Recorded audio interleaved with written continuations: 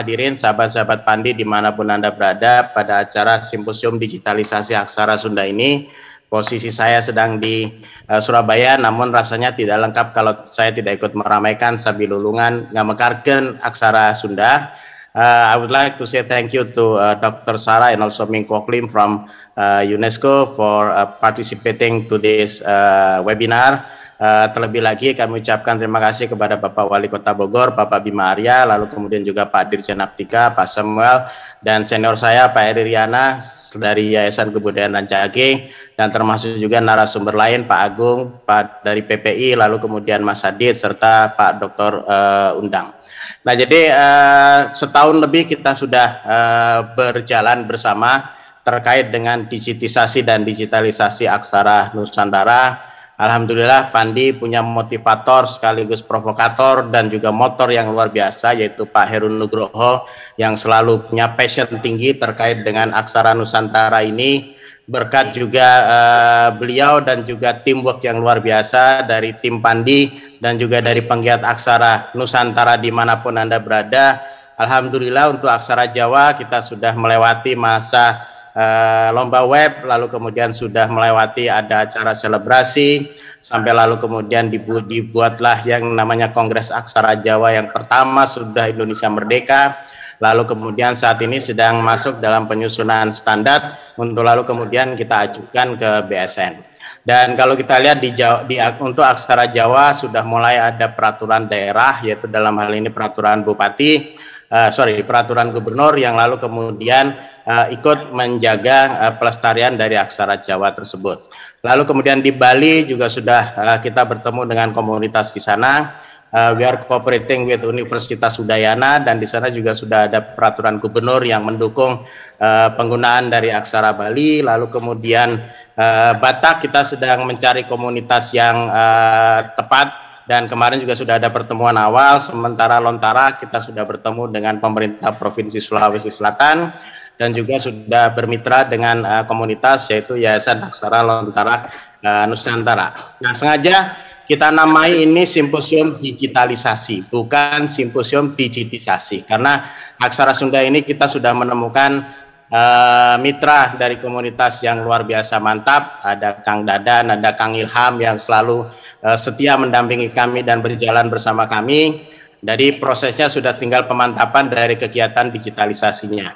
Now this webinar is actually part of a series of activities yang sedang kita laksanakan, termasuk diantaranya ada FGD terkait dengan sampai kita bercita-cita untuk lalu kemudian keluar yang namanya keyboard supaya mempermudah rekan-rekan pengguna internet atau pengguna teknologi digital untuk bisa berkomunikasi dengan menggunakan aksara Sunda.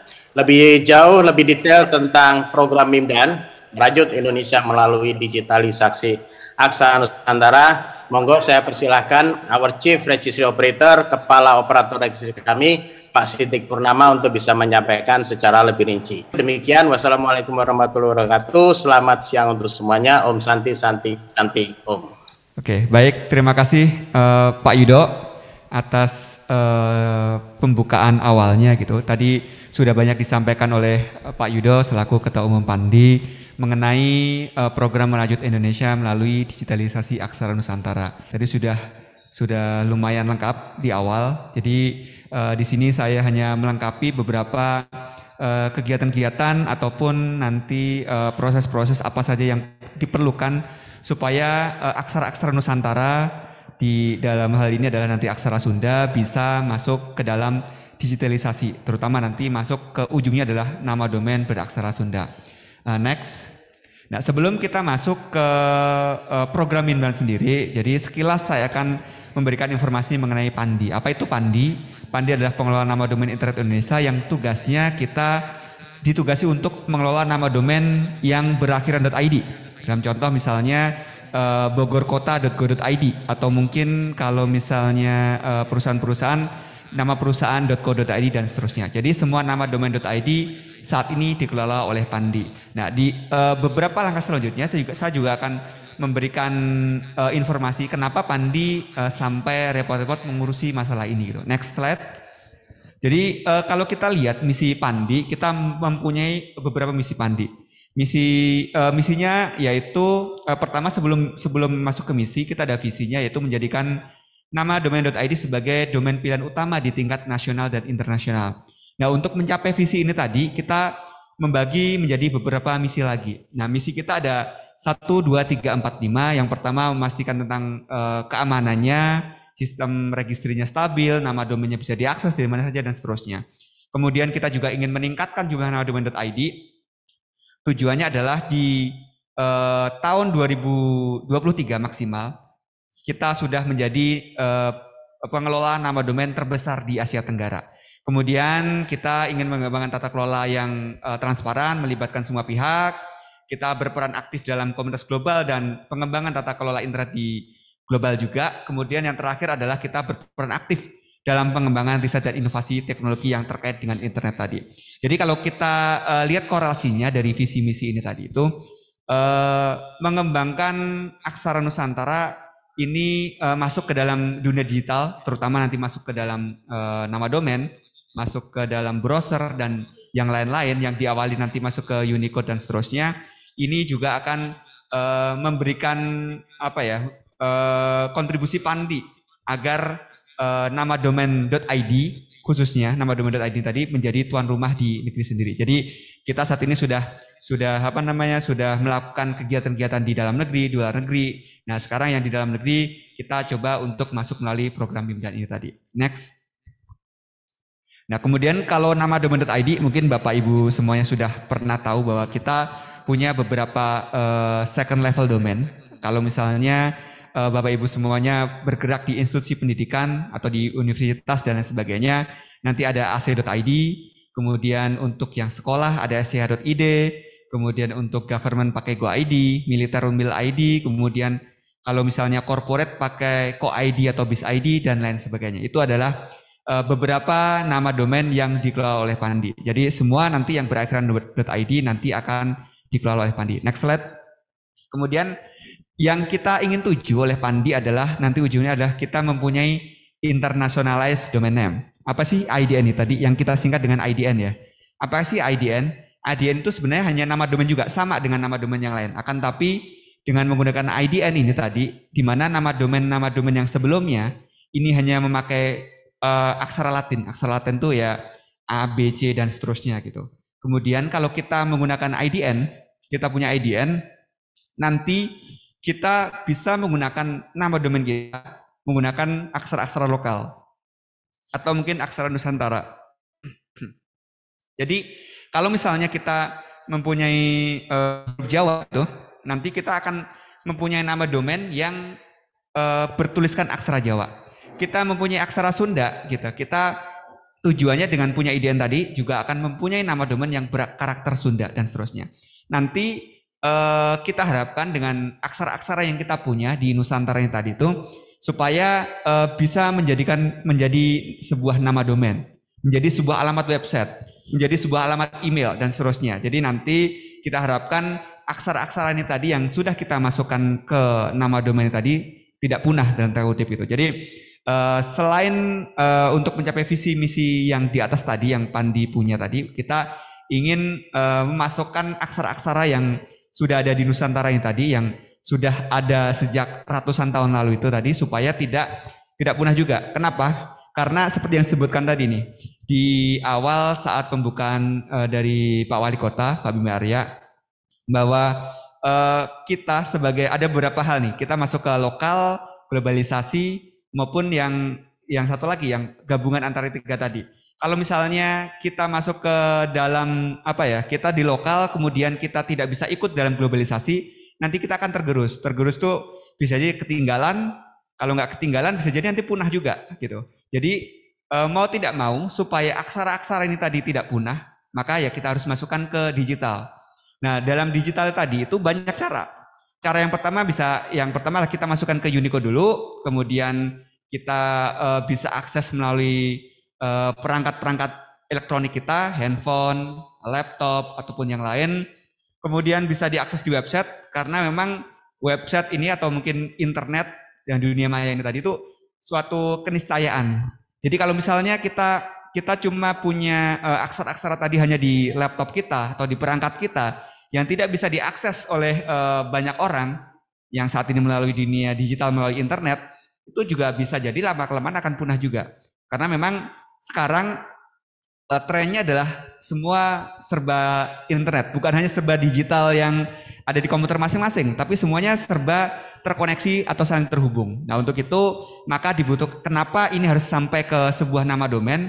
Karena memang ini sebuah keniscayaan supaya aksara-aksara yang tadi saling terhubung bukan hanya di lokal kita, bukan hanya di negara kita, tapi nanti di lingkup global juga. Jadi semua institusi, semua negara mengakui bahwa aksara tadi ini eksis gitu. Nah, cara untuk menjadikan eksis banyak, masukin ke Unicode, kemudian menjadi sebuah nama domain. Next.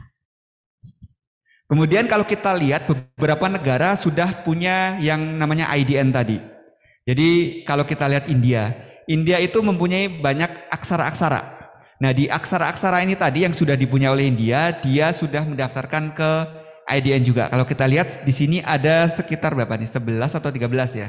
Jadi ada beberapa aksara-aksara lokal India yang saat ini sudah terdaftar di IDN, kemudian sudah bisa diakses juga melalui browser atau internet. Jadi nanti dimanapun itu orang India yang ada di India juga atau mungkin di luar negeri bisa mengakses sebuah nama domain yang bertuliskan huruf India untuk bisa diakses melalui browser mereka. Kemudian next, kalau kita lihat juga ada yang terdekat, ada Malaysia. Malaysia saat ini juga sudah mempunyai IDN, yaitu yang bertuliskan huruf Arabik Jawi, yang dimana Arabik Jawi sebenarnya banyak berkembang juga nih di negara kita, terutama di pesantren-pesantren atau mungkin di daerah Pulau Jawa. Arabik Jawi ini sudah banyak digunakan. Kalau kita nyebutnya mungkin Arab Gundul lah gitu. Kemudian next. Nah, kalau kita lihat di peta ini gitu, di peta ini banyak banget negara yang sudah mempunyai IDN.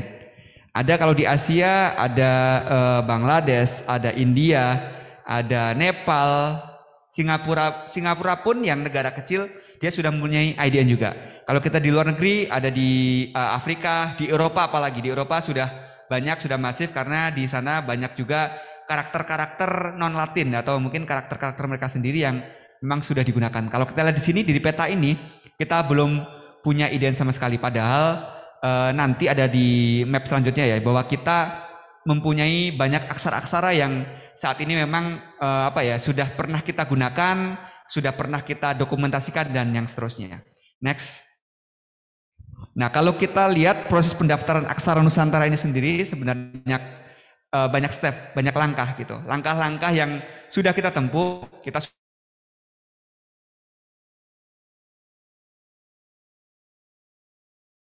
kemudian dari situ, dari gabungan komunitas, kemudian BSSN, Kominfo sama pemerintah-pemerintah lokal, baik pemerintah di kabupaten atau mungkin di kota atau mungkin di provinsi dan sebagainya, kita akan bergerak lagi nanti. Kita akan daftarkan kembali supaya aksara-aksara ini tadi sudah bisa masuk ke ISO. Nah, untuk mendaftarkan ISO itu adalah sebuah standar di mana standar-standar ini tadi itu yang kita perlukan supaya ini bisa kita lanjutkan lagi ke Unicode. Karena mungkin Bapak Ibu semuanya pemerhati aksara Nusantara bahwa di aksara ini tadi sebenarnya banyak banyak versi lah gitu. Jadi mungkin versinya A, B, C agak beda-beda. Nah, di sini tadi kalau kita banyak versi, kita perlu untuk membuat sebuah standar supaya dari standar ini tadi tuh bisa kita jadikan ISO, jadikan SNI kalau di Indonesia ya, SNI Standar Nasional Indonesia, kalau ISO yang internasionalnya. Kemudian dari situ kita bisa masukkan ke Unicode. Nah, Unicode ini adalah fundamental lah, dasar yang sangat penting supaya aksara-aksara kita ini tadi bisa masuk ke dunia digital. Jadi kalau aksara-aksara kita tadi belum bisa masuk ke Unicode, ini agak susah atau mungkin malah belum bisa untuk aksara-aksara kita tadi masuk ke dunia digital. Nah, kalau kita lihat lagi di gambar ini bahwa Unicode ini tadi tuh runtutannya gitu, next step-nya itu banyak. Dia bisa berpengaruh ke IDN atau mungkin pendaftaran nama domainnya, dia bisa berpengaruh ke browser, dia bisa berpengaruh ke keyboard, dia bisa berpengaruh ke platform digital lainnya. Jadi dengan kita punya Unicode, nanti kita bisa jalankan lebih lanjut lagi. Nah, yang perlu kita kuatkan adalah Unicode ini tadi gitu, karena Unicode ini pun tingkatannya juga beda-beda. Ada yang sudah diakui oleh Unicode, ada yang masih dalam yang namanya recommended, ada yang masih belum banyak digunakan. Jadi sama Unicode tingkatannya masih belum ditingkatkan sampai ke recommended. Kemudian next. Nah, dengan ini gitu, dengan apa namanya kebutuhan-kebutuhan tadi, apa yang harus kita lakukan dalam waktu dekat-dekat ini tadi. Jadi untuk mencapai kita mempunyai sebuah nama domain berekstensi atau berhurufkan aksara-aksara daerah ini tadi itu, kita perlu melakukan 3 hal. Nah, sebenarnya langkah 3 ini tadi itu bisa kita bolak-balik lah. Tapi yang pertama sebenarnya kita perlukan adalah ISO sama SNI dulu. Jadi kita perlu standar, kemudian kita nanti juga bisa masuk ke Unicode. Jadi dengan apa namanya kita sudah punya aksara yang terdaftar di SNI, di ISO sama di Unicode, nanti langkah kita ke depannya untuk bisa mempunyai sebuah website, nama domain atau mungkin sampai email dan yang lain-lain itu berkarakter aksara daerah itu akan jauh lebih mudah. Nah, untuk hal ini Pandi saat ini terdaftar juga sebagai member di Unicode. Nah, kalau kita lihat, kalau tidak salah, mohon nanti dikoreksi kalau tidak salah sama teman-teman yang lain, bahwa Pandi adalah satu-satunya institusi atau mungkin organisasi di Indonesia yang terdaftar sebagai member Unicode gitu ya. Oke, nanti bisa dikoreksi oleh Mbak Ayu juga gitu.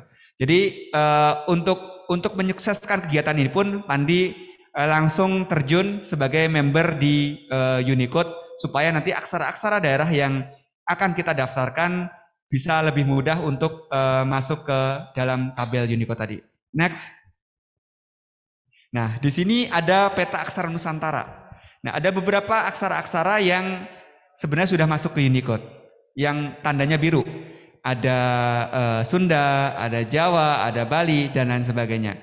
Yang biru ini tadi sudah masuk ke Unicode, akan tetapi masih ada beberapa perlu kita ini ya, kita tambahkan lagi, kita tingkatkan lagi supaya di Unicode-nya tadi itu versinya sudah masuk ke recommended. Nah, untuk itu tadi itu teman-teman dari Pandi kerjasama dengan penggiat aksara, komunitas, BSN, Kominfo dan pemerintah daerah, kita mengacu supaya sebelum masuk ke Unicode sebagai versi yang recommended tadi itu kita ini membuat sebuah standar ISO SNI seperti yang saya sebutkan di atas, supaya ini jadi standar dulu. Setelah jadi standar nanti baru kita akan lanjutkan lagi ke Unicode. Nah, kalau yang warna merah ini nama karakter-karakter aksaranya, aksara-aksara Nusantara yang tadi itu sudah ada. Sudah banyak bukti-buktinya, misalnya mungkin buktinya di buku, atau mungkin buktinya ada di mana, prasasti, atau di museum dan sebagainya. Kan tapi aksara-aksara yang sudah ada ini tadi itu belum masuk ke Unicode. Nah, ini juga tugas kita bersama supaya aksara-aksara ini tadi nggak punah gitu. Kan harus masuk ke dunia digital nih. Kalau nanti cuma di selebaran kertas, di batu atau yang lain, itu bisa punah. Maka kita perlu masukin ke Unicode. Ini mungkin lebih mudah. Yang terakhir nih yang agak susah gitu. Dimana yang warnanya abu-abu. Yang warna abu-abu ini tadi itu karakternya mungkin tanda kutip ya, karakternya kemungkinan ada gitu. Bisa jadi ada. Tapi bukti-bukti bahwa karakter ini ada tadi itu masih perlu digali lebih lanjut. Jadi misalnya satu aksara Nusantara tadi itu, satu kesatuan tadi itu dia punya 40 karakter. Mungkin yang baru ketemu baru 20 atau 30. Atau mungkin dia punya 40 karakter tapi versinya masih beda-beda dan lain sebagainya. Nah, itu yang masih perlu digali. Ini perlu kerjasama antara pemerintah daerah, perlu kerjasama dengan pemerintah pusat maupun komunitas-komunitas penggiat supaya aksara-aksara yang tadi bisa dapat dilestarikan untuk masuk ke dunia digital. Next. Nah, kalau di Unicode seperti yang peta tadi, kita sudah punya, nggak terlalu kelihatan nih. Ada Rejang, ada Sunda, ada Makassar, ada bahasa Jawa dan lain sebagainya. Ini yang sudah terdaftar Unicode.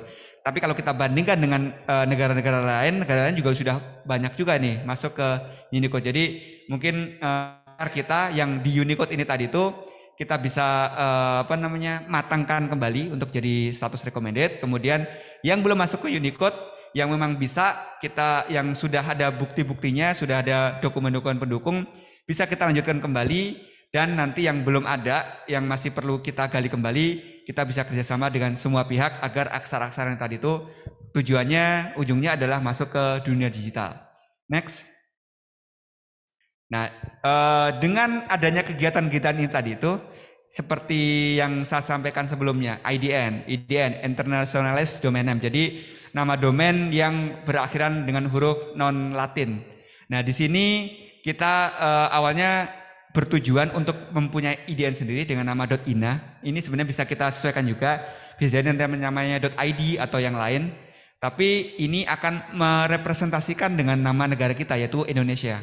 Nah, dengan nama domain dengan berekstensi non Latin ini tadi itu, kita ingin punya yang huruf Jawa, huruf Bugis, huruf Sunda, Bali, Batak, Arab, sama Rejang juga, Arabik Jawi maksudnya. Jadi dengan adanya kegiatan-kegiatan kita yang sudah kita laksanakan tadi, ujungnya akan ke situ. Karena tadi memang mungkin huruf-huruf kita sudah masuk ke dunia digital, sudah masuk ke komputer, sudah masuk ke laptop kita.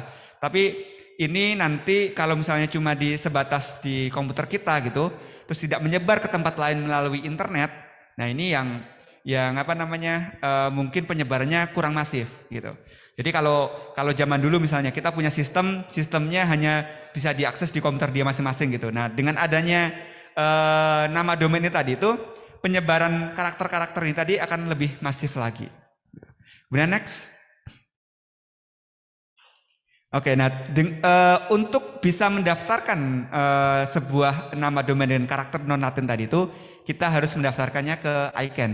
ICANN itu adalah organisasi di dunia, pusatnya ada di Amerika gitu. Dia yang mengelola internet di dunia. Jadi yang menerbitkan alamat IP address sama nama domain itu ICANN. Jadi untuk bisa mendaftarkan IDN kita tadi itu, kita harus mendaftarkan ke ICANN. Nah, nama domain yang kita daftarkan syaratnya lumayan banyak, lumayan kompleks. Seperti yang saya sebutkan di atas bahwa di depan tadi kita perlu dukungan dari pemerintah, baik itu pusat maupun daerah, kita perlu dukungan dari komunitas, kita perlu dukungan dari universitas dan lain sebagainya. Kemudian itu baru dari dukungan. Kemudian yang lain adalah kita masuk Unicode juga. Jadi kalau misalnya aksara kita belum masuk ke Unicode, kita belum bisa mendaftarkannya ke ICANN. Makanya kalau kita masukin aksara-aksara tadi ke Unicode, ini sebagai fundamental untuk aksara-aksara ini tadi itu bisa masuk ke dunia digital. Jadi untuk saat ini memang kita masih ada beberapa kendala karena di status Unicode tadi itu masih masih belum recommended. Nah, kita perlu naikkan kembali. Nah, untuk menaikkan kembali ini tadi itu salah satu kegiatan kita bisa dengan simposium, dengan FGD, dengan sering diskusi dengan semua komunitas, semua pemerintah daerah dan lain sebagainya. Ini tadi supaya kita dapat sebuah standar untuk kita jadikan sebuah standar ISO atau SNI, kemudian akan kita masukkan ke Unicode. Next. Ini peta bahasa kita banyak sekali, ada sekitar 100-an bahasa, nanti bisa dilihat di sini atau di Google juga. Next. Nah, kemudian aktivitas-aktivitas kita selama ini tadi sempat Pak Yudo sebutkan juga bahwa kita sempat kolaborasi dengan beberapa pemerintah daerah, ada di Jogja, kemudian ada di Bali, kemudian yang sebelumnya juga kita pernah dengan Pemprov Jabar yang ada di Bandung, kemudian dilanjutkan di Bogor ini. Kemudian di minggu lalu kita juga sempat ketemu juga dengan Pemprov Sulsel, di mana kita ingin mengembangkan aksara lontara supaya bisa masuk ke dunia digital. Kemudian kita juga sudah pernah ketemu lagi dengan penggiat-penggiat aksara Batak gitu ya. Jadi kita ingin semua kegiatan-kegiatan ini tadi itu bisa untuk melestarikan aksara-aksara kita yang saat ini masih ada. Jadi jangan sampai aksara-aksara kita tadi itu kalau kita tidak lestarikan dengan cara masuk ke dunia digital, nanti takutnya aksara-aksara kita tadi akan punah. Kita juga pernah ngadain aksara mengenai aksara Jawa di Kongres Aksara Jawa. Karena Kongres Aksara Jawa ini tadi tuh di situ kegiatan juga sampai menyimpulkan standar ya. Jadi di sebuah kongres tadi itu kita dapat standar bahwa aksara Jawa ini pengkoknya kayak gini atau mungkin fontnya harus kayak gini dan seterusnya. Nanti sempat diputuskan di Kongres Aksara Jawa tersebut. Kemudian next. Nah, ini dukungan-dukungan yang sudah diberikan oleh komunitas, oleh pemerintah daerah ataupun pemerintah pusat sama komunitas-komunitas internet yang ada di Indonesia supaya nama domain yang beraksara daerah ini tadi itu bisa masuk ke dunia digital dan menjadi sebuah nama domain. Next.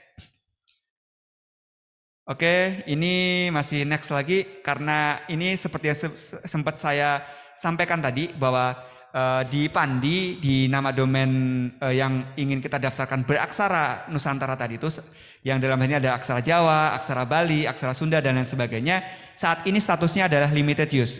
Nah, untuk limited use ini tadi itu masih belum bisa diterima oleh ICANN untuk bisa dijadikan sebuah nama domain berekstensi aksara Nusantara tadi.